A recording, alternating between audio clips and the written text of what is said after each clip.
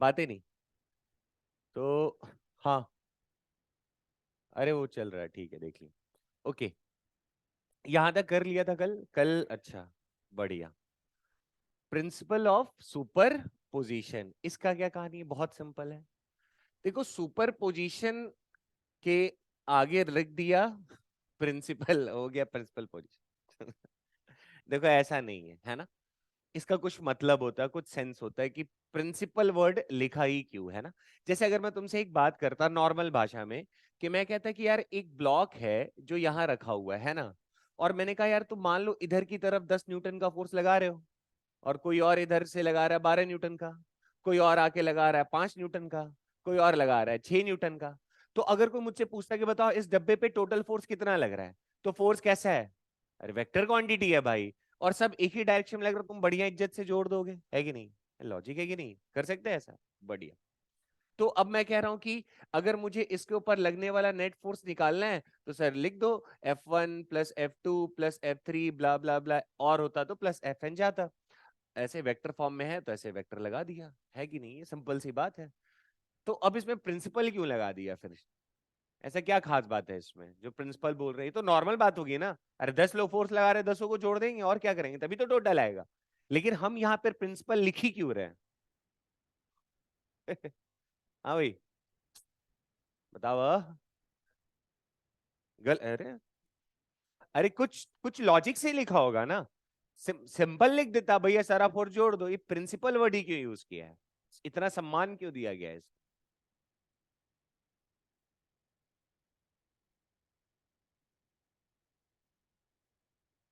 अरे बोला, कुछ तो बोला। सुनो, ये जो F1 F2 F3 F4 forces है बच्चा, ये सब एक दूसरे से इंडिपेंडेंट हैं। कैसे हैं? इंडिपेंडेंट। मतलब अब मान लो अगर मैं मतलब कह रहा हूं कि अगर यहाँ पे डब्बा पड़ा हुआ है, इसमें कोई आदमी ए है, कोई दूसरा आदमी बी है। अगर ए इसके ऊपर 10 न्यूटन फोर्स लगा रहा है और बी अपना 5 न्यूटन फोर्स लगा रहा है, तो क्या ए को देख के भी अपना 5 न्यूटन बदल रहा है क्या? ऐसा थोड़ी है कि ए अगर सर अगर 10 से अगर अपना 20 कर लेगा, तो जो बी होगा वो 5 से 10 कर लेगा, ऐसी कोई बात तो है नहीं। अरे ये अपना लगा रहा है, कुछ समझे क्या? अरे हम पढ़ा रहे हैं, ठीक, सब अपना अपना समझ रहा है भाई। अब ऐसा तो नहीं कि तू ज्यादा समझेगी तो ये ज्यादा समझेगा, ऐसा कुछ है क्या? या ये ज्यादा समझेगा तो तू ज्यादा समझेगी, या ये ज्यादा समझेगा तो वो कम, ऐसा तो कुछ होने वाला नहीं भाई, सब अपना अपना है। मैं भले पढ़ा रहा हूं, तो जो समझना है वो सबके अपना अपना डिपेंड कर रहा है ना यार। ऐसा तो नहीं कि बगल वाले को समझ में आएगा तो सर मेरे को भी समझ में आ जाएगा। अबे खाना खाते हो तो अपना पेट भरते हो ना यार। तू अगर 2 रोटी खाती है तो अगला क्या तेरे को देख के 4 खा लेगा क्या? तू 2 खा रही है, अपना खा रही है, वो 4 खा रहा है, भले रोटी जितना मर्जी, उससे क्या ही फर्क पड़ रहा है? कुछ समझ आ रहा है क्या? मतलब ये सारे फोर्सेस आपस में एक दूसरे से इंडिपेंडेंट, इनका कोई लेना देना नहीं है। ऐसा नहीं कि इसको देख के ये बदलेगा अपना रंग और इसको देख के ये अपना रंग बदलेगा, समझ गए क्या? जैसे मैं तुमसे कहूं कि तुम लोग यहाँ पे मान लो 6-8 लोग बैठे हुए हैं, है ना? तो हमने कहा इस चेयर पे सब आके बारी बारी से फोर्स लगाओ, और हम कह रहे सारा एक सबको एक साथ लगाओ, तो सबकी ताकत एक जैसी होगी, अलग अलग होगी? अलग अलग होगी, तो सब अपना अलग अलग फोर्स लगाएगा। मान लो मेरी ताकत है 100 न्यूटन की, तो मैं कितना लगा रहा हूँ? 100 पक्का है ना? तुम्हारा 5 का है, तो तुम कितना लगा रही होगी? अच्छा, अगर मैं 100 से अपना 90 कर लूं, मान लो मैंने अपना 90 कर लिया, और तुम्हारी ताकत अगर 5 की है, या 50 की, या 10 की है, तो तुम मेरे को देख के अपना बदलोगे क्या?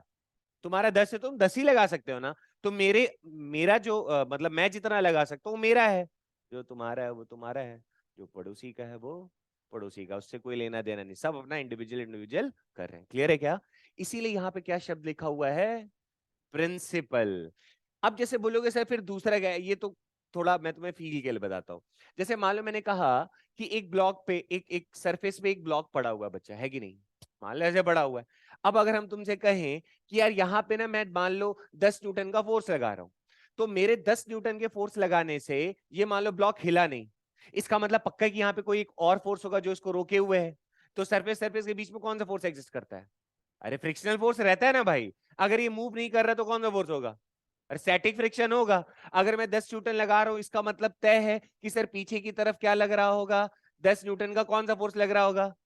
तो अब मैं पूछो कि इस बॉडी पे नेट फोर्स कितना लग रहा है, कौन कौन फोर्स लगा रहा है, तो तुम बोलोगे सर एक F1 फोर्स जो बाहर से आप 10 न्यूटन लगा रहे हो, एक F2 फोर्स जो 10 न्यूटन का लग रहा है, कौन लगा रहा है, फ्रिक्शनल फोर्स लगा रहा है, बरोबर है कि नहीं।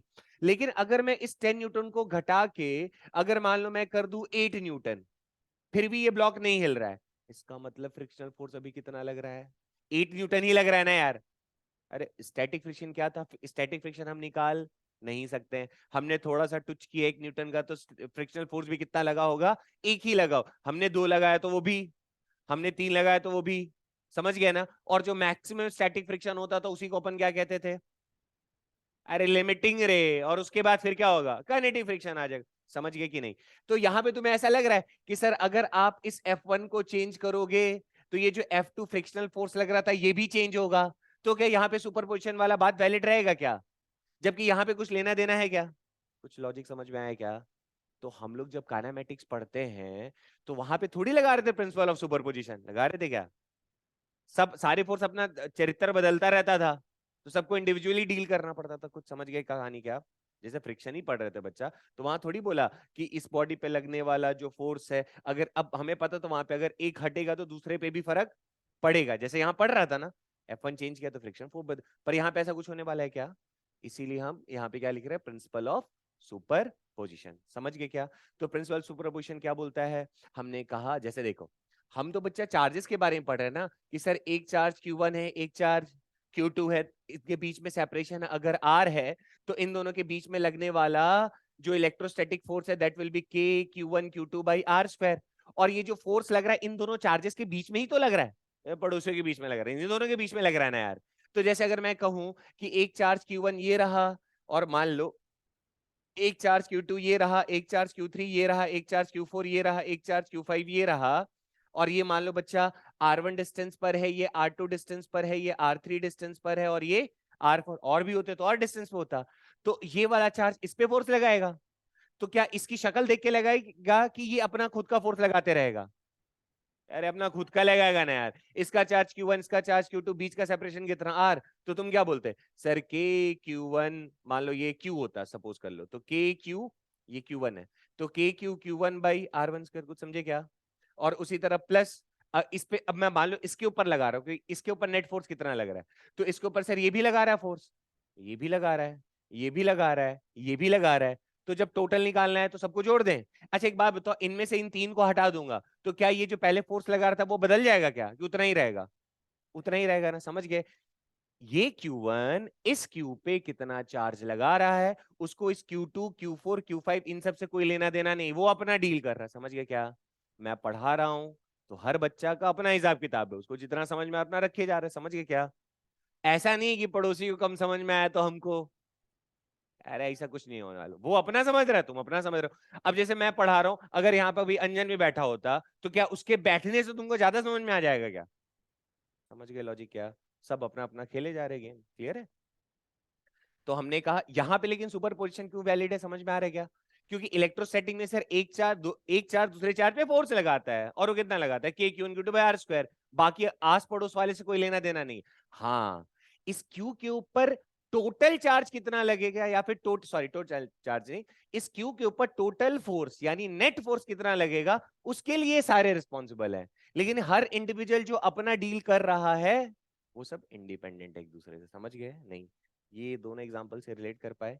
तो प्रिंसिपल ऑफ सुपरपोजिशन में हमें सरस भाषा में क्या समझ में आया, कि सर कोई चार्ज Q है, अब इसके बगल में आप जितने मर्जी चार्जेस रख लो, Q1 रख लो, Q2 रख लो, ब्ला ब्ला करके Q1 रख लो, और ये मान लो कि कोई R1 डिस्टेंस पर है, ये R2 डिस्टेंस पे है, ये Rn डिस्टेंस पर है, इसके ऊपर लगने वाला जो टोटल फोर्स होगा उसके लिए रिस्पॉन्सिबल ये सारे हैं, लेकिन इन दोनों के बीच में जो फोर्स लग रहा होगा उस पे ये Q2 कोई इफेक्ट नहीं डाल रहा है, जो इन दोनों के बीच में जो फोर्स लग रहा है उसके लिए बगल वाला कोई इफेक्ट नहीं डाल रहा है, समझ गए क्या।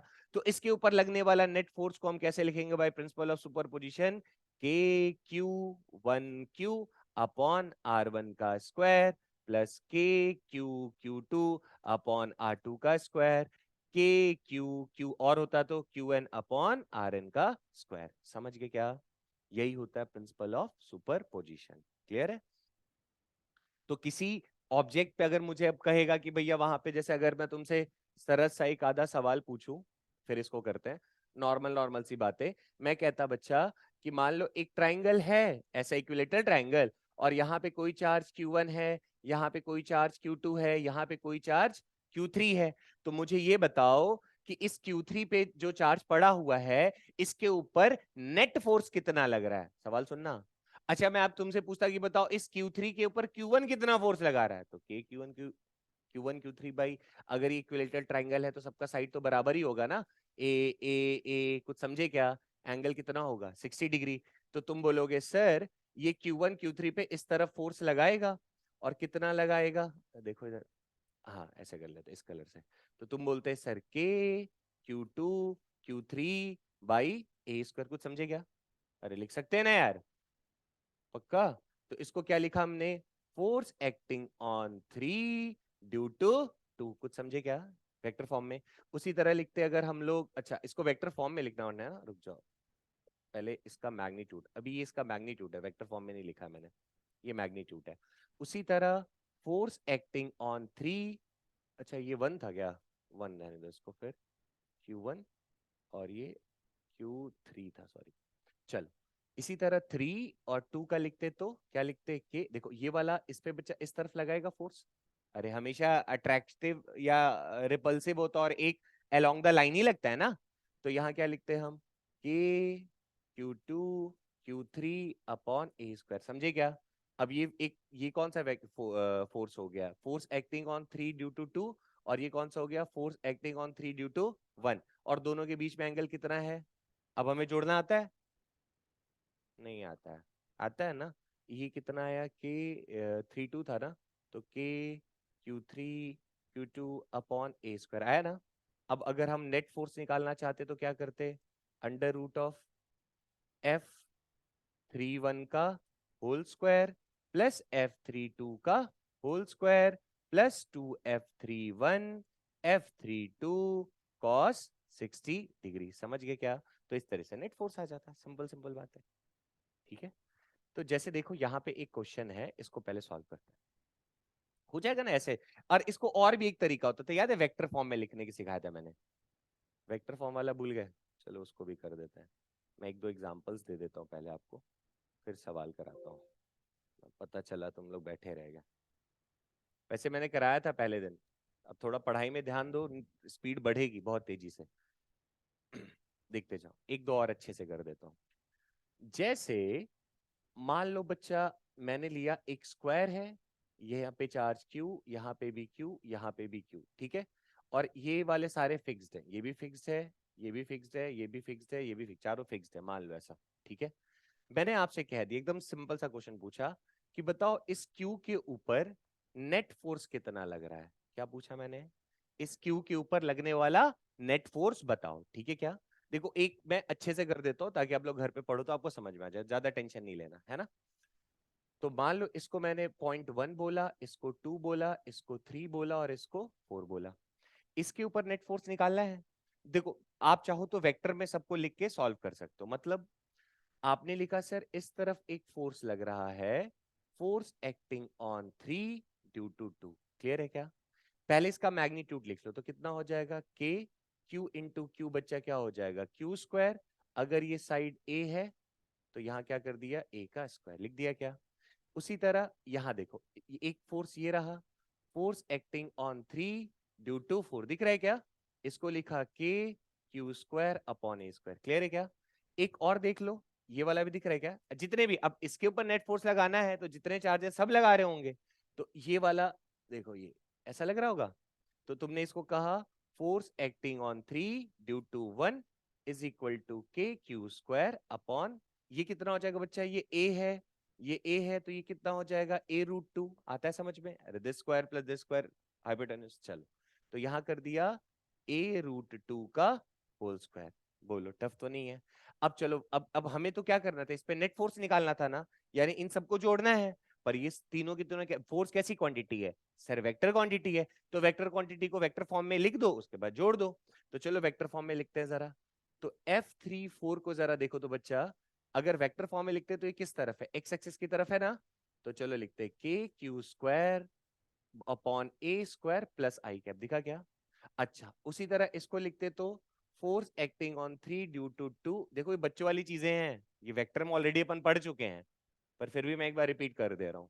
तो तुमने लिखा k Q square upon a square minus जे का, अब वेक्टर फॉर्म में लिख रहे हैं ना नीचे को। अच्छा पर ये वाला जो F31 है ना, देखो ये x पे है ना ये y पे, अरे दिख रहा है क्या यार, x पे भी नहीं है y पे भी नहीं है, ये दोनों पे है ना। तो अब यहाँ पे अगर ये स्क्वायर है तो ये एंगल कितना होगा, 45 डिग्री। तो अब इस F31 का इस तरफ क्या हो जाएगा, दूसरे कलर से लिख देते हैं, इस तरफ हो जाएगा F31 cos 45, और इस तरफ क्या हो जाएगा बच्चों, F31 sin 45। तो इसको अब लिख सकते हैं ना हम लोग, वेक्टर फॉर्म में लिखते हो तो कैसे लिखते, तो क्या लिखोगे देखो, F31 cos 45 plus i cap, ठीक है क्या। उसी तरह क्या लिखते, F31 sin 45 माइनस जे कैप, कुछ समझे क्या, कर सकते हैं ना बच्चों वाली चीजें, बेटा नीचे जा रहा था ना ये।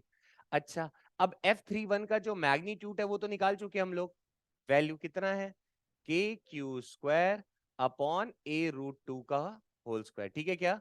cos 45 बच्चा कितना हो जाएगा, 1/√2 आई कैप, समझे क्या।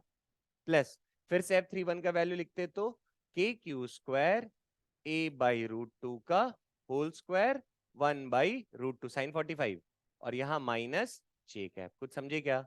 अब नेट फोर्स निकालना है, तो देखो तो इसमें आई, अरे दिख रहा है कि ये आई, चलो मैं लिख देता हूं, के क्यू स्क्वायर a√2 का होल स्क्वायर जे कैप, ये माइनस था बच्चा, सॉरी ये आई कैप था, आई कैप माइनस के क्यू स्क्वायर a/√2 का होल स्क्वायर 1/√2, अरे यहाँ 1/√2 मिस हो गया, 1/√2 ये वाला, और ये आ गया तुम्हारे पास जे कैप, ठीक है क्या।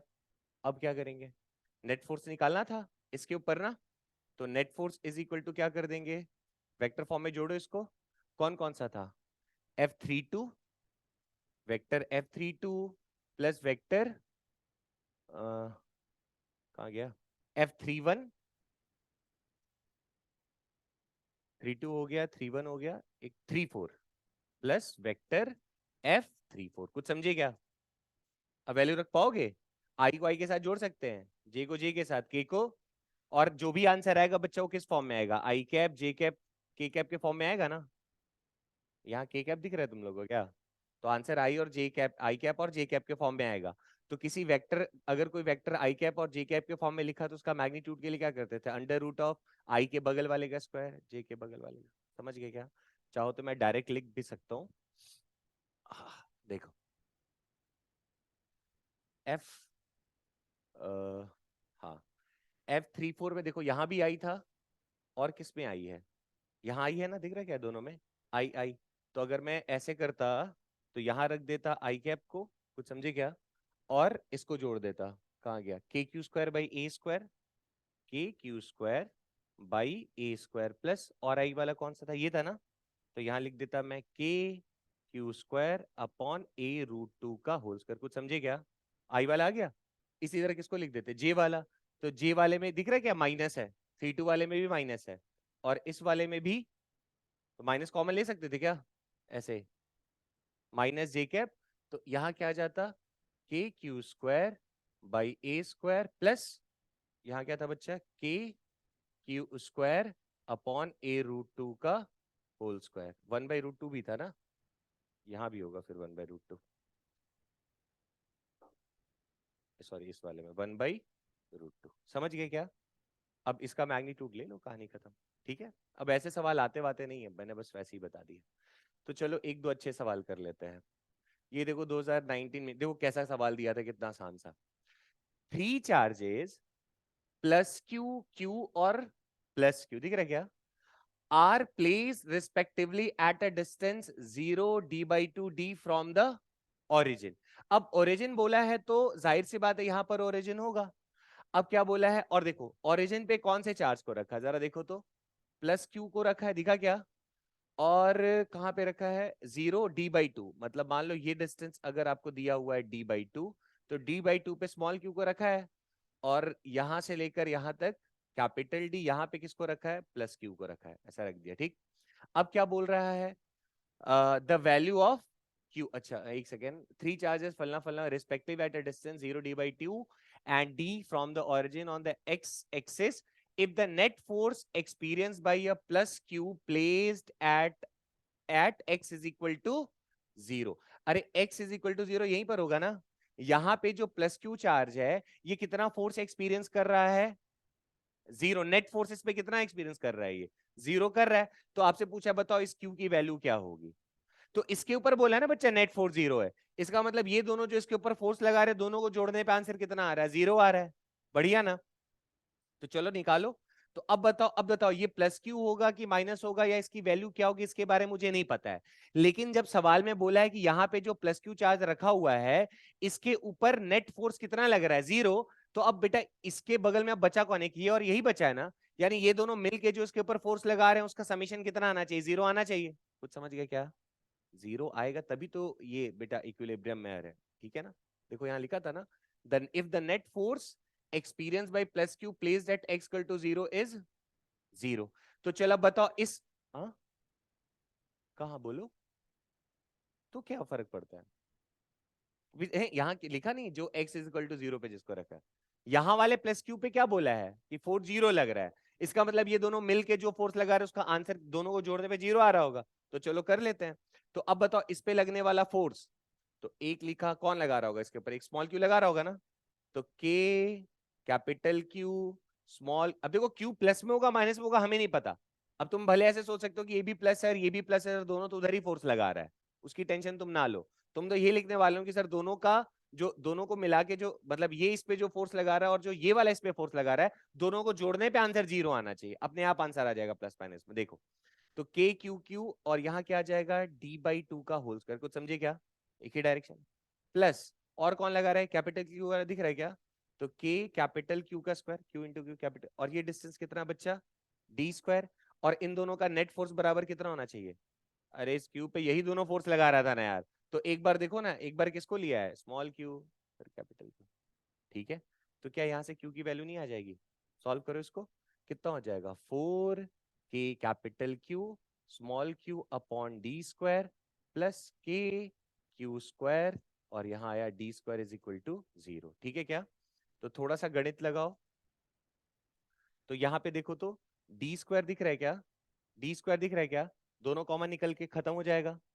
और यहाँ देखो तो q दिखाई दे रहा है क्या, और यहाँ भी q दिखाई दे रहा है क्या, ये भी कॉमन निकल के खत्म हो जाएगा, अरे 0। और ये k दिख रहा है, ये k दिख रहा है क्या, ये भी कॉमन निकल के खत्म, तो बचेगा क्या जरा देखो तो, बच जाएगा तुम्हारे पास 4 capital Q sorry 4 small Q, और यहाँ क्या बच जाएगा प्लस कैपिटल क्यू, यही बचेगा ना, इज इक्वल टू कितना आना चाहिए 0। तो स्मॉल क्यू कितना आ जा रहा है देखो तो -q/4, कुछ समझे क्या, आ गया ना अपने आप माइनस में, इसका मतलब इस ये जो स्मॉल क्यू ये कितना रखा हुआ है -q/4, समझ गए क्या। तो ये माइनस वाले इस प्लस को इधर अट्रैक्ट कर रहा होगा और ये प्लस वाला उसको उधर धक्का लगा रहा होगा, तो दोनों अपोजिट डायरेक्शन में हो गए, तभी तो 0 आ रहा है, समझ गए क्या। तो टेंशन नहीं लेना है प्लस माइनस का, अपने आप आ जाएगा आंसर, ठीक है। Okay, 5 point charges each of value plus q coulomb are placed on the 5 vertices of a regular hexagon of a side L, बेटा सबका साइड L दिया हुआ है, ठीक है क्या। The magnitude of the force on the point charge minus q coulomb placed at the center of a hexagon is dash Newton। अरे यहाँ पे Q Q Q Q यहाँ रखा हुआ है और इसके सेंटर पे किसको रख दिया है, -q चार्ज को। अब कह रहा है कि ये सारे मिल के इसके ऊपर कितना फोर्स लगा रहे हैं वो बताओ, कर सकते हैं हम लोग सॉल्व। अरे इसको तो कॉमन सेंस से भी कर सकते थे, ये -q है ये +q है, तो ये इसको इधर अट्रैक्ट कर रहा होगा, ये +q वाले -q को इधर अट्रैक्ट कर रहा होगा, तो ये और ये तो कैंसिल हो गए, नहीं समझे रे। उसी तरह ये और ये भी देखो कैंसिल हो गए, तो बच कौन गया, केवल यही बच गया ना। तो ये इसके ऊपर फोर्स किधर लगा रहा होगा, अरे ये -a+ से तो इस तरफ लगा रहा होगा ना, तो सबकी वजह से देखना पड़ेगा क्या, सिर्फ यही है ना रे। तो ये कितना खींच रहा होगा कि दोनों क्यू क्यू ही है ना, समझ गया ना, माइनस लगाने की जरूरत नहीं है, क्यों डायरेक्शन की जरूरत ही नहीं, हम तो फोर्स मैग्नीट्यूड बता रहे, तो के की क्यू अपॉन क्यों? अरे एल ये है, ये वाला एल थोड़ी है। पर गधो ये रेगुलर हेक्सागन है। हेक्सागन में ये सारे के सारे कैसे ट्रायंगल है? इक्विलेटरल ट्रायंगल है। और अगर इक्विलेटरल ट्रायंगल में अगर ये वाला साइड एल है तो ये भी कितना होगा? और ये भी कितना होगा? समझ गए क्या? ध्यान रखना। आ गया आंसर? बहुत टफ था। कंफर्म है? चलो।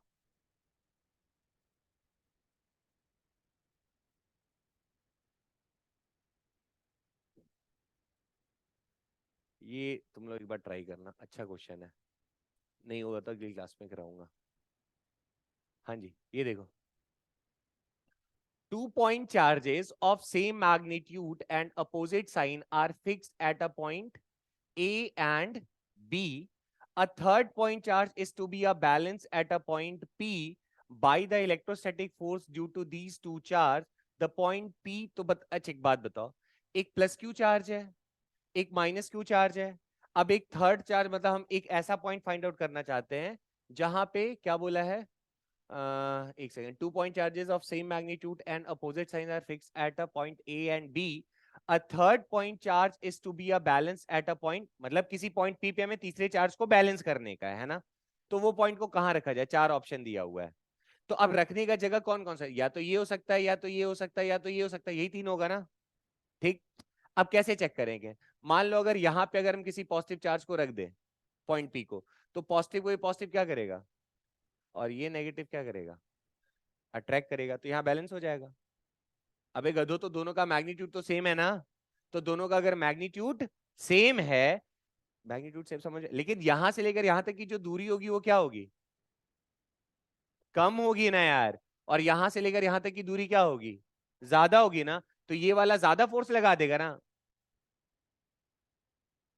तो यहां भले एक पार लग सकता है आपको कि सर अगर यहाँ कोई प्लस चार्ज रखोगे तो प्लस वाला इसको अट्रैक्ट करेगा, सॉरी प्लस वाला इसको रिपेल करेगा, और माइनस वाला इसको, लेकिन दूरी कम कम है ना। तो ये वाला इसको ज्यादा धक्का लगा देगा, क्योंकि मैग्नीट्यूड सेम, तो यहां तो नहीं हो सकता है। बीच में कहीं सोचे तो वही दिक्कत यहाँ पे भी आएगी। तो बीच में कहीं सोचो तो प्लस वाला, अगर मान लो यहाँ पे कोई प्लस चार्ज रख दिया जाए, तो प्लस प्लस वाला इसको क्या करेगा? रिपेल करेगा। माइनस वाले क्या करेगा? तो आएगा क्या इक्विलिब्रियम? ये कभी नहीं आएगा ना। अगर माइनस भी रख दो तो माइनस वाले क्या करेगा, और ये प्लस वाले इसको क्या करेगा? तो पढ़ो तो, lies on the perpendicular bisector of a line A B. यहाँ पे करेगा क्या ये पॉइंट लाई? नहीं कर रहा है। Is the midpoint of a line, एक second, lies on the perpendicular bisector of line. अच्छा, perpendicular bisector of a line मतलब ये हो गया बच्चा, जैसे ये प्लस क्यू चार्ज है ना और ये माइनस क्यू चार्ज है, तो परपेंडिकुलर बाइसेक्टर इसको बोलेंगे ना। तो इसके ऊपर वो पॉइंट हो सकता है क्या? जरा चेक करो तो। अगर हम ये पॉइंट पी लें तो ये प्लस वाला, मान लो ऐसे सोच लो, अगर ये प्लस रखे होते तुमने, तो ये प्लस वाला इसको इधर धक्का लगाता और ये माइनस वाला इसको इधर धक्का लगाता, तो ये इधर कहीं चला जाता नहीं, इक्विलिब्रियम में तो आएगा नहीं। समझ गए क्या? अगर इस प्लस की जगह माइनस रखते तो ये ऐसे खींचता, और ये माइनस वाले इसको इधर धक्का लगाता तो ये इस तरफ चला जाता, तो इक्विलिब्रियम तो नहीं मिलेगा। मिड पॉइंट पे भी देख लिया, नहीं हो सकता है। Lies on the left of A, ये भी नहीं हो सकता है। None of these. समझ गए क्या? का हाँ, अगर यहाँ पे दोनों सेम होते, मान लो अगर ये भी प्लस क्यू होता और ये भी, तब इसके सेंटर पे बन जाता है ना, क्योंकि मैग्नीट्यूड सेम है ना। समझ गए क्या? हाँ, इधर की तरफ बन सकता था, जैसे यहां अगर मान लो प्लस टू क्यू होता और यहाँ पे मान लो केवल माइनस क्यू होता, तो इस तरफ बैलेंस हो सकता था यहाँ पे। क्यों? अरे ये दूरी कम है और ये वाली दूरी ज्यादा है, बट इसका मैग्नीट्यूड तो ज्यादा है ना। जैसे देखो,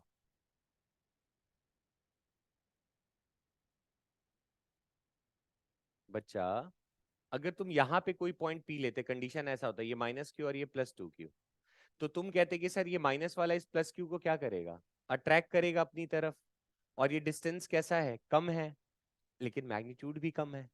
और ये प्लस वाला इस प्लस को क्या करेगा बच्चा? रिपेल करेगा। इसका मैग्नीट्यूड ज्यादा है बट दूरी भी, तो ये बैलेंस हो सकता है ना? नहीं हो सकता है। हो सकता है ना। पर इस तरफ बैलेंस नहीं हो पाएगा ना। अगर इस तरफ लोगे तो क्या दिक्कत आएगा? ये प्लस वाला एक तो मैग्नीट्यूड भी ज्यादा है, ऊपर से दूरी भी कम होगा, तो ये ज्यादा रिपेल कर देगा, कुछ समझे क्या?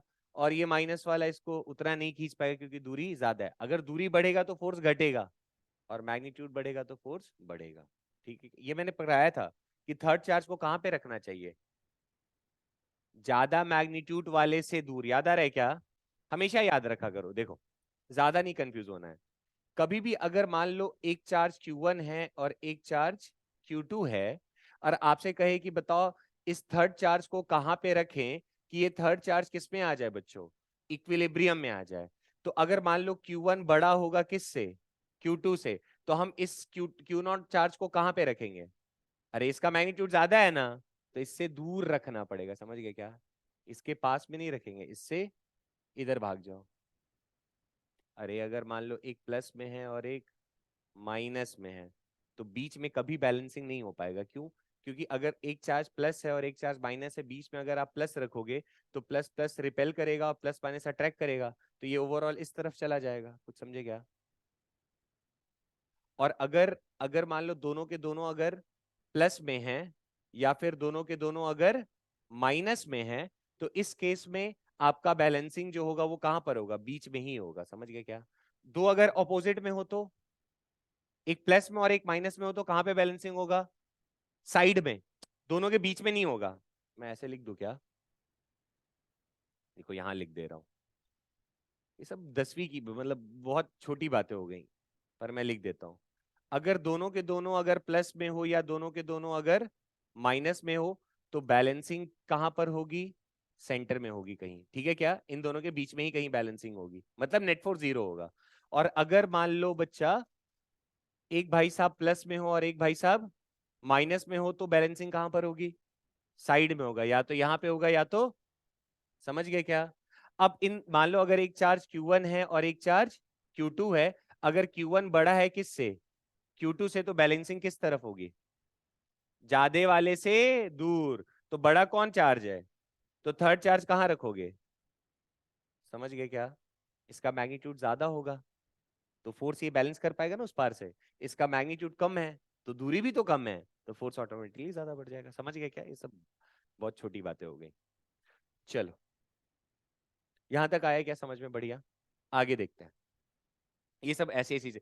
Three charge QA, QB and QC are placed at the vertices of a triangle of length L। दिख रहा है क्या? यहाँ पे बच्चा लेंथ दे दी अपन को L। ठीक है क्या?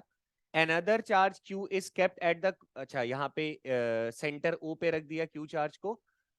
Determine the magnitude of net force acting on a charge Q if, अब देखो अगर तीनों बराबर हैं QA QB QB सब किसके बराबर हो जाए? अरे ये दिख रहा है क्या? QA QB QC।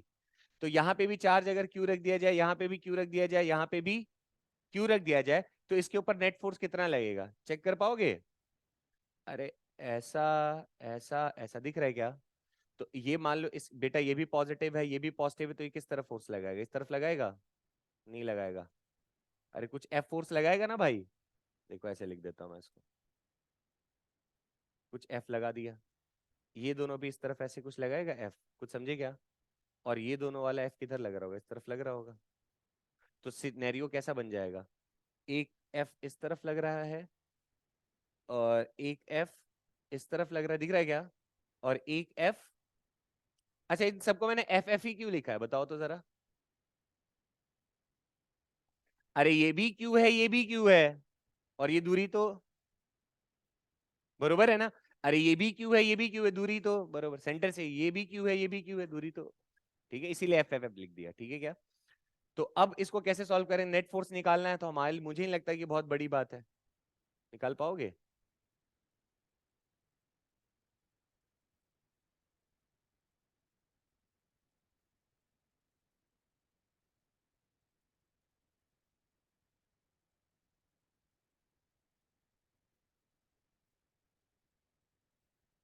थोड़ा सा भी ज्योमेट्री नहीं आता रे तुम लोग को? ये तीनों एंगल कितने कितने के होंगे? 120, 120, 120, 360 का। और ये कितना हो जाएगा?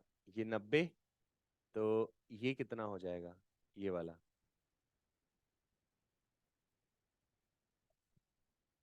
बुरा हाल है, देखो इधर इक्विलेटरल ट्रायंगल है, ये एंगल कितना होगा, और ये तो इसके बाइसेक्टर से जा रहा है ना, तो ये 60 होता है, तो ये कितना हो जाएगा, होगा कि नहीं होगा? पक्का है? ये 30 है, तो यहाँ पे भी कितना हो जाएगा, कुछ समझे क्या? अरे ये 30 बन रहा है ना भाई, तो ये भी कितना होगा, 30 होगा ना, मतलब ये वाला जो एंगल है ये कितना होगा, 30। कुछ समझे क्या? और ये भी कितना हो जाएगा, तो इस तरफ क्या हो जाएगा एफ का, और इस तरफ क्या हो जाएगा एफ का, और इस तरफ क्या हो जाएगा एफ का, और इस तरफ क्या हो जाएगा एफ का। तो एफ का कॉस थीटा, एफ का कॉस 30, एफ का कॉस 30, एफ का कॉस 30 क्या हो जाएगा, कैंसिल होएगा। और तो एफ का साइन दो ऊपर की तरफ क्या लग रहा है, 2f साइन थीटा, नीचे क्या लग रहा है, केवल एफ। समझे क्या? 2f साइन थीटा, थीटा 30 था ना, माइनस एफ। आया नहीं? हाँ, देखो ये सब वैसे ही सब। अच्छा, इसका सेकंड पार्ट भी था, जब चार्जेस चेंज किए, एक जगह क्या रखा है क्यू, भी एक जगह रखा है 3 क्यू, कर लोगे, यही तरीका है, वेक्टर से सॉल्व करना है बस। 6 charges are placed at the corner of a regular hexagon as shown in a ठीक है, फलना फलना फलना। क्या पूछा, इलेक्ट्रॉन इज प्लेस्ड, इलेक्ट्रॉन को कहां पे प्लेस कर दिया है, सेंटर ओ पे, दिख रहा है क्या, यहाँ पे एक इलेक्ट्रॉन को रख दिया, ठीक है क्या, एक इलेक्ट्रॉन को रख दिया। पूछ रहा है इन सब की वजह से फोर्स कितना होगा, नहीं कर पाएंगे हम लोग। अब ये भी नहीं कर पाओगे तो हमारी कोई गलती नहीं है। हाँ 6, देखो जब रेगुलर हेक्सागन बोला है तो टेंशन ना लिया करो, ठीक है क्या। अरे ये जितना होगा उतना ही ये होगा, उतना ही ये होगा, उतना ही ये होगा, तो हमें यहाँ पे दिक्कत लेने की जरूरत नहीं है। जैसे ये देखो, ये माइनस क्यू एक तरह से ट्रीट कर लो इसको, इलेक्ट्रॉन है, नेगेटिव चार्ज होता है ना इस पे, तो ये +2q वाला इसको इधर खींच रहा होगा, और ये माइनस वाला इसको इधर धक्का लगा रहा होगा, है कि नहीं। तो इस तरफ कितना हो गया, ये 2f फोर्स मान लो और इसको f मानोगे, तो इस तरफ क्या आ जाएगा, 3f आ जाएगा। कईयों को समझ ही में, अरे 2q है ना रे, ये e है ना, तो 2q इंटू ई ए का स्क्वायर, और यहाँ केवल क्या रहता है, q इंटू ई ए का स्क्वायर, और दोनों एक ही डायरेक्शन में, तो ऐड होके 3f बना लेता ना। और इसी तरह यहाँ देखो, ये +q है, ये +3q है, और ये माइनस है, तो ये माइनस वाला को ये +3q अपनी तरफ खींचेगा, और ये प्लस वाला इस माइनस को अपनी तरफ खींचेगा, तो इस बार माइनस होगा ना, तो इस तरफ 2f हो जाएगा, कुछ समझ रहे हो क्या। तो ये 3f हो गया, 2f होगा, और ये क्या -2q, ये भी क्या है, और ये माइनस, ये दोनों एक दूसरे को रिपेल करेंगे, तो ये और ये क्या हो जाएंगे, तो बच कौन गया, एक 2f और एक, समझ गए क्या। Electrostatic equilibrium. तुम लोग को वेक्टर नहीं आता है, तो वेक्टर ही तो पढ़ रहे हैं यार यहाँ नया, अब देखो वेक्टर नहीं आता तो हमारी कोई गलती नहीं है, वेक्टर सब हमने बहुत पढ़ा है। इलेक्ट्रोस्टैटिक इक्विलिब्रियम, ये तो समझ गए होगे, नेट फोर्स अगर जीरो है, अरे किसी चार्ज पे अगर नेट फोर्स जीरो लग रहा है तो वो किस में होएगा, इक्विलिब्रियम में होएगा, है ना। अब लेकिन हम ये टॉपिक पढ़ने का जो हमारा मोटो है उसका रीजन कुछ और है।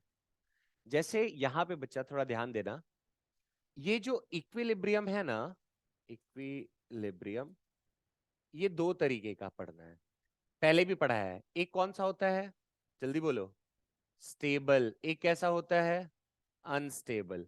स्टेबल इक्विलिब्रियम किसको बोलते हैं, अरे ये पहाड़ की चोटी है, पहले भी कराया था, इस पे रील भी बनाया था मैंने।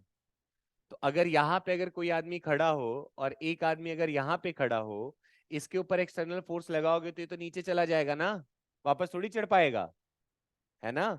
पर अगर इसके ऊपर फोर्स लगेगा तो ये ऊपर जाएगा, तो फिर वापस आएगा ना। तो ये कैसी कंडीशन होती है, स्टेबल। और ये कैसी होती है, अनस्टेबल। समझ गए क्या, मतलब आप एक्सटर्नल फोर्स लगाओ, और जब आप एक्सटर्नल फोर्स को हटाओगे तो वो ऑब्जेक्ट वापस से अगर अपनी जगह पर आ गया तो स्टेबल इक्विलिब्रियम कहलाएगा, और वापस नहीं आया तो अनस्टेबल कहलाएगा। समझ गए क्या। चलो, अब बच्चा अगर कोई पार्टिकल स्टेबल इक्विलिब्रियम में आ रहा है तो उसका तय है कि वो एसएचएम कर सकता, एसएचएम नहीं, वैसे तो आपको बोलना चाहिए कि वो ऑसिलेशन कर सकता है, ठीक है क्या, नहीं समझे। अगर कोई पार्ट, अरे ऑसिलेशन मतलब क्या होता है, अपने ही पाथ पे टू एंड फ्रो मोशन होता है ना भाई, उसी को ऑसिलेशन कहते हैं ना? नहीं, उसी को कहते थे। तो अगर स्टेबल इक्विलिब्रियम होगा तो वो ऐसे ऑसिलेशन कर सकता है। और ऑसिलेशन का स्पेशल केस क्या था? SHM, simple harmonic motion. अब एसएचएम वाले में कंडीशन क्या थी कि सर वो जो रीस्टोरिंग फोर्स होना चाहिए था वो क्या आ रहा था, एक्स की डिग्री 1। अगर एक्स की डिग्री 1 आ गया फोर्स में तो वो एसएचएम कर रहा है, अगर एक्स की डिग्री 1 नहीं आई तो ऑसिलेशन कर रहा है। ठीक है क्या? चलो, तो अगर आपको इतनी बात पता है, अच्छा, अगर एसएचएम कर रहा होगा तो टाइम पीरियड कैसे निकालते थे? T is equal to 2 pi under root m/k, याद आया क्या? पढ़ाए है ना? चलो, तो अब थोड़ा पढ़ते हैं, थोड़ा समझना है ना। मान लीजिए यहां पे रखा प्लस क्यू चार्ज, ठीक है, और यहां पे भी रख दिया हम लोगों ने प्लस क्यू चार्ज, थोड़ा समझना, ठीक है।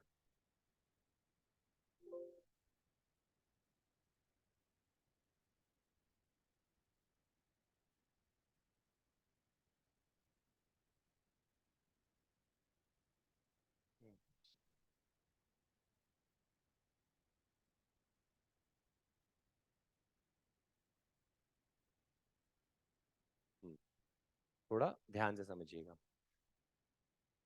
ये दूरी जो है, मान लो है, यहां से लेकर यहां तक भी डिस्टेंस ए है, और यहां से लेकर यहां तक भी डिस्टेंस ए है, ठीक है। और किसी इसके सेंटर से किसी एक्स डिस्टेंस पर एक क्यू चार्ज को रख दिया है। ध्यान से देखिएगा। अब अगर मैं आपसे कहूं कि ये बताओ, इस प्लस क्यू चार्ज की वजह से इसके ऊपर लगने वाला नेट फोर्स कितना होगा, तो तुम बोलोगे सर इसके ऊपर वाला नेट फोर्स चाहिए तो ऐसे हमने ड्रॉ करा, कुछ समझ पा रहे हो क्या? तो ये वाला इसके ऊपर जो फोर्स लगाएगा कितना होगा, k q q upon under root of a² plus x²। कुछ आ रहा है क्या समझ में, का होल स्क्वायर। अरे ये दूरी कितनी होगी भाई साहब, under root of a² plus x² होगा ना? तो यही होता है ना फॉर्मूला, के क्यू क्यू, ठीक है। उसी तरह ये वाला जो होगा, ऐसे फोर्स लगा रहा होगा, कुछ समझे क्या? ये फोर्स भी कितना हो जाएगा, तो तुम कहोगे sir k q q upon under root of a² plus x² का होल स्क्वायर, यही तो होगा। नहीं, कुछ और होगा, यही हुआ ना यार? यार, चलो देखो, आराम से देखो, आराम से। बच्चे की बात समझ में आ रहा है? ऐसा ऐसा फोर्स लगेगा, ठीक है। मान लो यहाँ पे एंगल बन रहा है थीटा, तो यहाँ भी एंगल कितना होगा? अरे ये सेम बोला था ना, ए और ए, ये भी एंगल कितना होगा, थीटा होगा क्या? तो इस वाले फोर्स का एक पार्ट तो इस तरफ लग रहा होगा, मैं इसको एफ एफ लिखूं क्या, एफ एफ दोनों सेम ही था। तो यहाँ क्या बनेगा देखो, तो एफ का, और इस तरफ क्या बनेगा, एफ का, दिख रहा है क्या? और अगर इसको देखा जाए तो, इस वाले एफ को देखा जाए तो इस तरफ क्या बनेगा, एफ का कॉस थीटा, और इस तरफ क्या बनेगा, एफ का, क्या आपको दिखाई दे रहा है कि एफ का साइन थीटा, एफ का साइन थीटा कैंसिल हो जाएगा। तो इसके ऊपर जो लगने वाला नेट फोर्स होगा बच्चा, F cos theta plus F cos theta क्या हो जाएगा, 2f cos थीटा, बनेगा कि नहीं? सिंपल सी बात, एफ की वैल्यू रख दोगे ना ये वाला। चल, तो अगर मान लो एफ की वैल्यू अगर रख भी देते, ध्यान देना, तो एफ की वैल्यू मैं यहीं पे लिख रहा हूँ, तो net force is equal to 2 times F की जगह क्या लिख सकते थे, के क्यू क्यू, दिख रहा है क्या, अपॉन a² प्लस x², दिखा क्या? अब देखो ये रिजल्ट याद रहना चाहिए आप लोग को। और cos थीटा दिख रहा है क्या, cos थीटा, cos थीटा को क्या लिख सकते हैं, बेस अपॉन हाइपोटेन्यूज। तो बेस कितना है देखो तो, x, और हाइपोटेन्यूज कितना है, under root of a² plus x², दिखा क्या? तो जो तुम्हारे पास नेट फोर्स आएगा वो कितना आ जाएगा, 2k Q upon a² plus x² की पावर 3/2, दिखा क्या? यही होगा नेट फोर्स। और ये नेट फोर्स इसको धक्का लगा देगा किस तरफ, अरे आगे की तरफ, और कहाँ धक्का लगाएगा, टफ था। क्या है answer, 2k Q x a² plus x² की पावर 3/2। तो जैसे देखना जरा, फिर से बना रहा हूं, मान लो बच्चा अगर यही प्लस क्यू चार्ज होता और यहाँ पे प्लस क्यू चार्ज होता, और मान लीजिए मैंने आपसे ऐसा कहा, ध्यान से देखना, ये डिस्टेंस भी बच्चा मान लो थोड़ी देर के लिए a है और ये डिस्टेंस भी मान लो a है, ठीक है क्या? और यहां से किसी x डिस्टेंस पर मान लो किसी माइनस क्यू चार्ज को मैंने रख दिया, ठीक है? अब अगर माइनस क्यू चार्ज को रखेंगे तब क्या होगा सर? तो तुम कहोगे कि सर ये ऐसे देखो ना, ऐसे जोड़ दिया ना, अरे ये दोनों प्रेजेंट है तो इन्हीं दोनों के लिए तो देखेंगे नेट फोर्स इस पे कितना लग रहा है, ठीक है? मान लो यहाँ पे एंगल बन रहा है थीटा, ये एंगल भी कितना है थीटा। तो तुम बोलोगे कि सर ये वाला जो है इसके ऊपर इस तरफ फोर्स लगाएगा F, कुछ समझे क्या?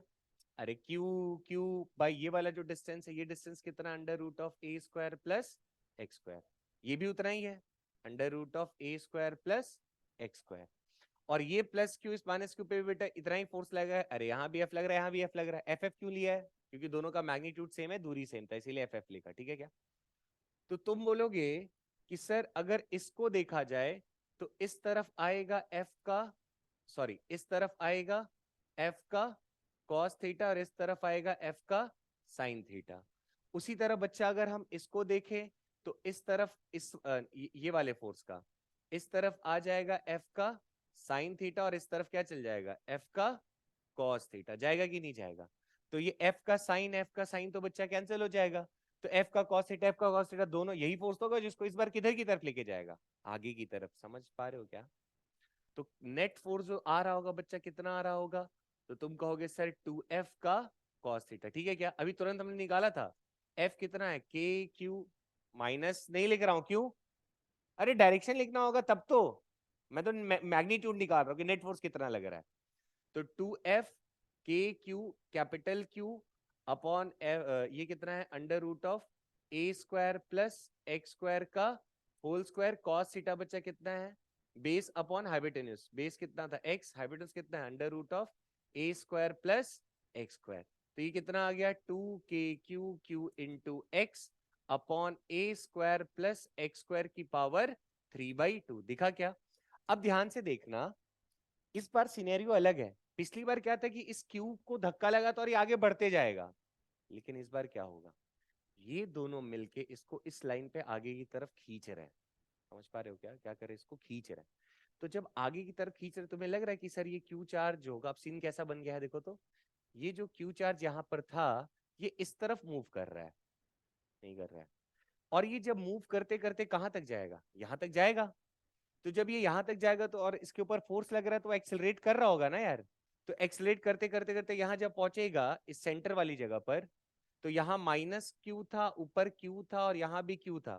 तो ध्यान से देखो तो यहाँ पे इसके पास फोर्स कितना हो जाएगा, 0 होगा।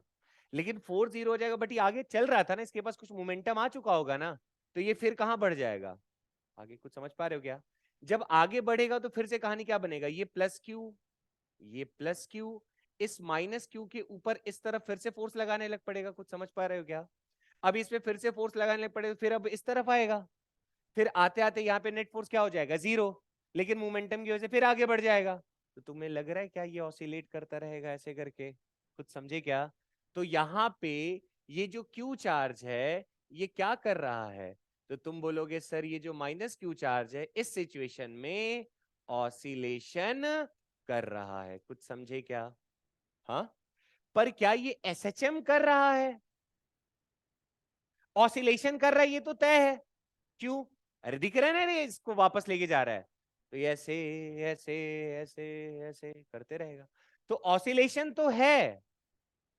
और हमने कहा था ना कि अच्छा, अब अगर ऑसिलेशन है तो ये चेक करना पड़ेगा, ये वापस आना चाह रहा है ना अपनी जगह पे, है ना? ऑसिलेशन है, बट एसएचएम कब होता है? जब एफ प्रोपोर्शनल टू एक्स हो जाए तो वो क्या बन जाएगा, एसएचएम ना। अरे ऑसिलेशन का स्पेशल केस ही तो होता है एसएचएम। पर यहां पे आप देखो तो ये जो हमारे पास बच्चा फोर्स आया हुआ है, यहां पे देखो तो यहाँ एक्स का स्क्वायर है और ऊपर भी एक एक्स है। इस बार ऐसा तो नहीं है ना कि F is proportional to x की डिग्री 1 है। अरे एक्स स्क्वायर भी तो नीचे बैठा हुआ है यार, कुछ समझे क्या? तो ये एसएचएम अभी नहीं कर रहा है, सिर्फ क्या कर रहा है, ऑसिलेशन कर रहा है, समझ गए क्या? तो अगर, लेकिन इफ, ध्यान देना, इफ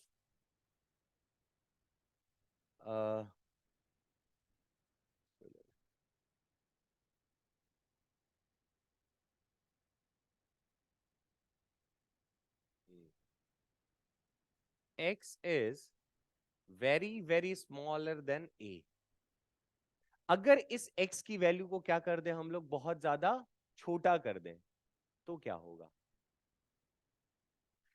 अरे भाई देखो, अगर किसी की वैल्यू बहुत छोटी होती है तो उसको प्लस या माइनस में इग्नोर किया जा सकता है, ठीक है क्या? बड़ी क्वांटिटी में छोटी क्वांटिटी को प्लस माइनस में इग्नोर किया जा सकता है। 1 लाख 1 पैसा, 1 पैसा हटा सकते हैं ना यार, प्लस में या माइनस में हटता है, मल्टीप्लाई डिवाइड में नहीं हटता है।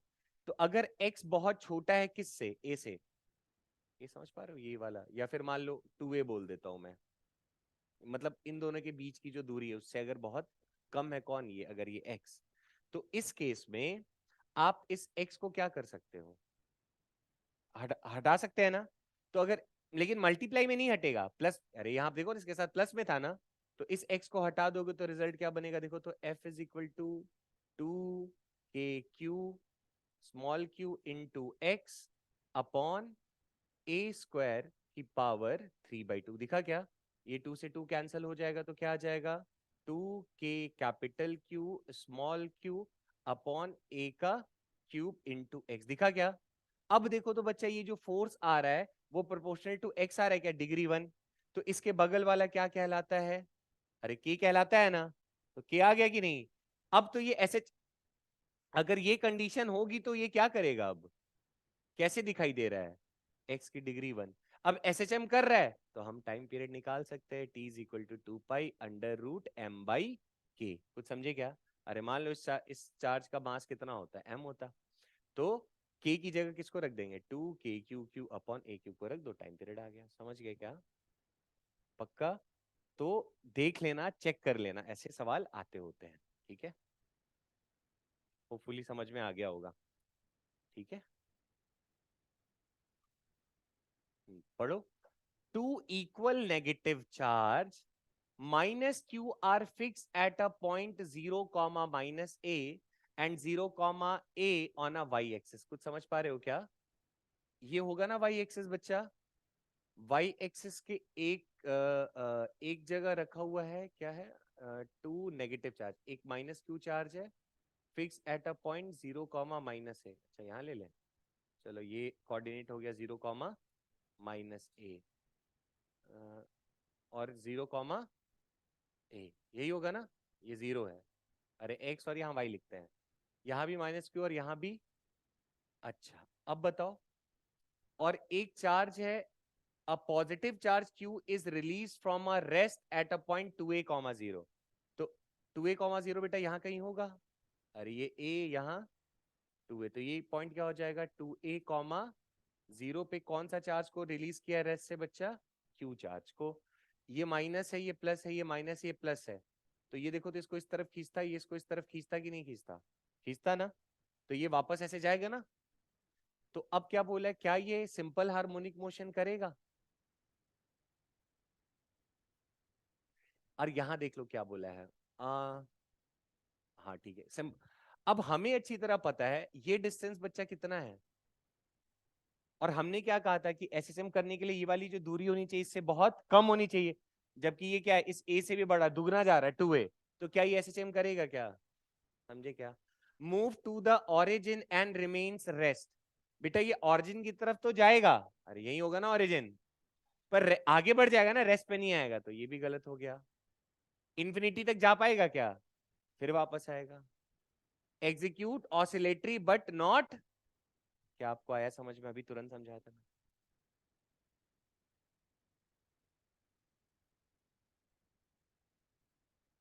To charges each equal to Q are kept at x is equal to minus A and x is equal to A, कुछ समझ पा रहे हो क्या?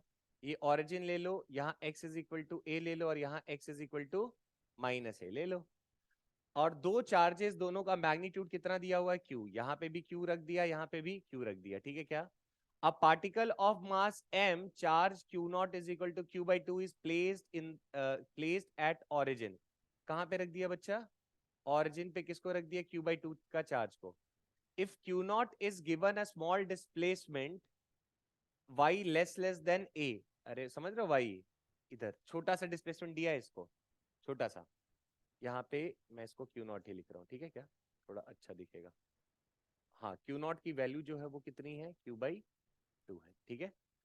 Along the y-axis, the net force acting on the particle is proportional to, ये y दिया हुआ है, ये y है, ठीक है। अब इसके ऊपर लगने वाला नेट फोर्स क्या होगा बेटा, कुछ समझ पा रहे हो, ऐसे ऐसे लग रहा होगा, और ये y बहुत छोटा है, तो y बहुत छोटा है, डायरेक्ट लिख पाओगे क्या, क्या हो जाएगा आंसर, कैसे, के क्यू एक सिंपल हार्मोनिक, अभी याद, अरे पहले x चल रहा था, x चल रहा था ना, अरे अगर मान लो x बहुत छोटा तो ये वाला पॉइंट कहां पर होता, यहाँ पे होता कि नहीं होता, समझ गए क्या, है ना, तो डायरेक्ट हो गया, देख रहा हो, मेरे टाइम पे आया था ये सवाल। इफेक्ट ऑफ मीडियम, कितने स्लाइड्स हो गए भाई, 50, बहुत है भाई, ठीक है। इफेक्ट ऑफ मीडियम देखते चलो,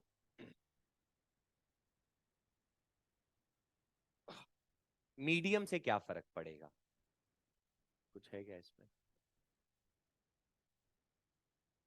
देखो, तो कूलम्स लॉ में हमने पढ़ा कि F इज इक्वल टू के Q1 Q2 upon r square, या फिर अपन ने पढ़ा K is equal to 1/4 pi epsilon not Q1 Q2 upon r square, ठीक है क्या, अच्छा, ये जो बच्चा यहां पर एप्सिलॉन नॉट आपको दिखाई दे रहा है, इसको क्या कहते हैं, permittivity of a free space या वैक्यूम, यही कहते हैं।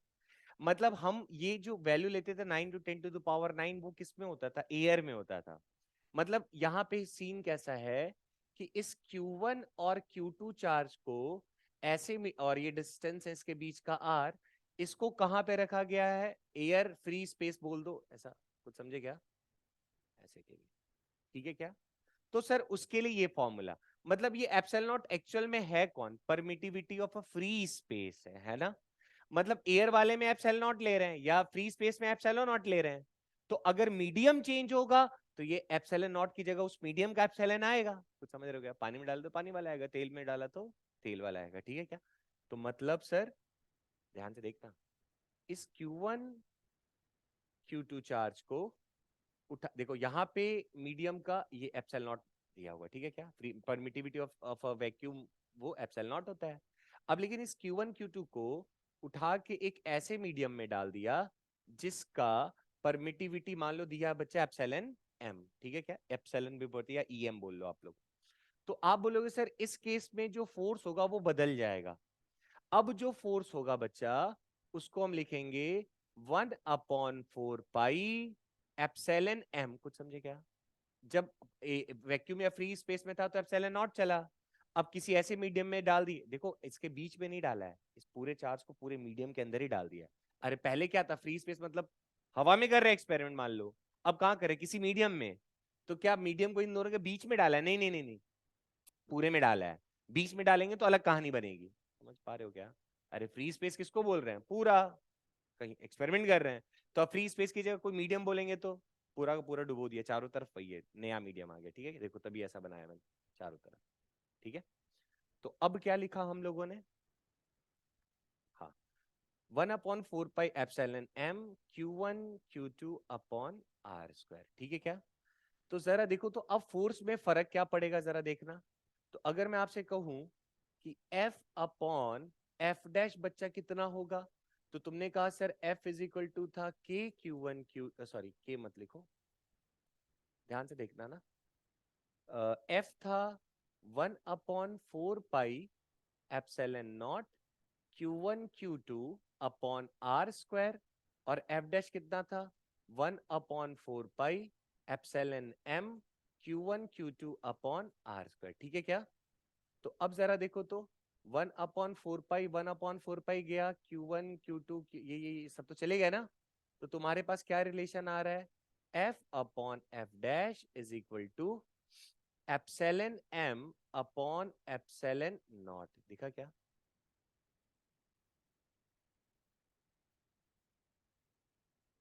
ठीक है,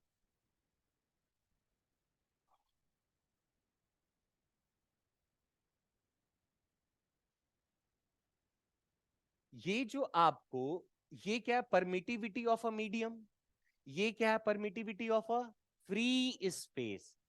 इन दोनों के रेशियो को हम रिप्रेजेंट करते हैं एप्सिलॉन आर या फिर के से, और इसको हम कहते हैं डाई इलेक्ट्रिक कांस्टेंट।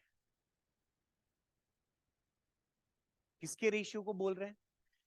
मीडियम। देखो क्या सर, ये क्या चल रहा है, नहीं समझ में आ रहा है। देखो क्या होता है, एप्सिलॉन नॉट की जो वैल्यू होती है वो होता है, वैक्यूम के लिए एप्सिलॉन नॉट की वैल्यू होती है 8.85 into 10 to the power -12 something like ऐसा होता है, मुझे एग्जैक्ट नहीं याद है, आप चेक कर लेना, 10 to the -12 रहता है। अब एप्सिलॉन एम वाटर का लोगे, परमिटिविटी अगर वाटर का लिया जाएगा तो उसका अलग आएगा, अगर ऑयल के अंदर डालोगे तो उसका अलग आएगा।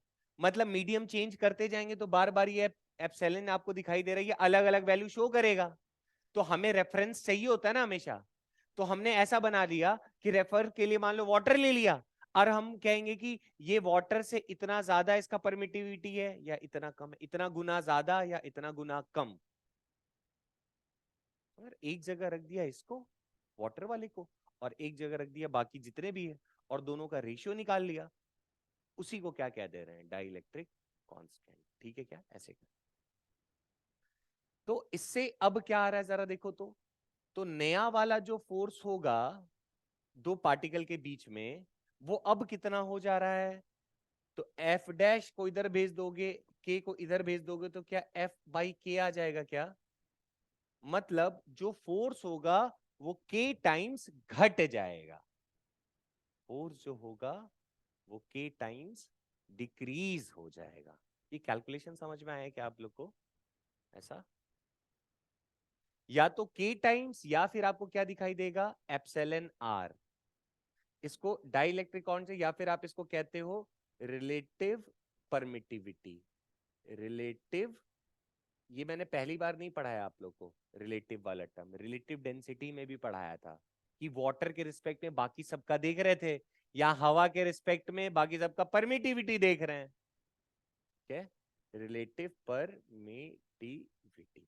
ठीक है, के टाइम्स घट जाएगा।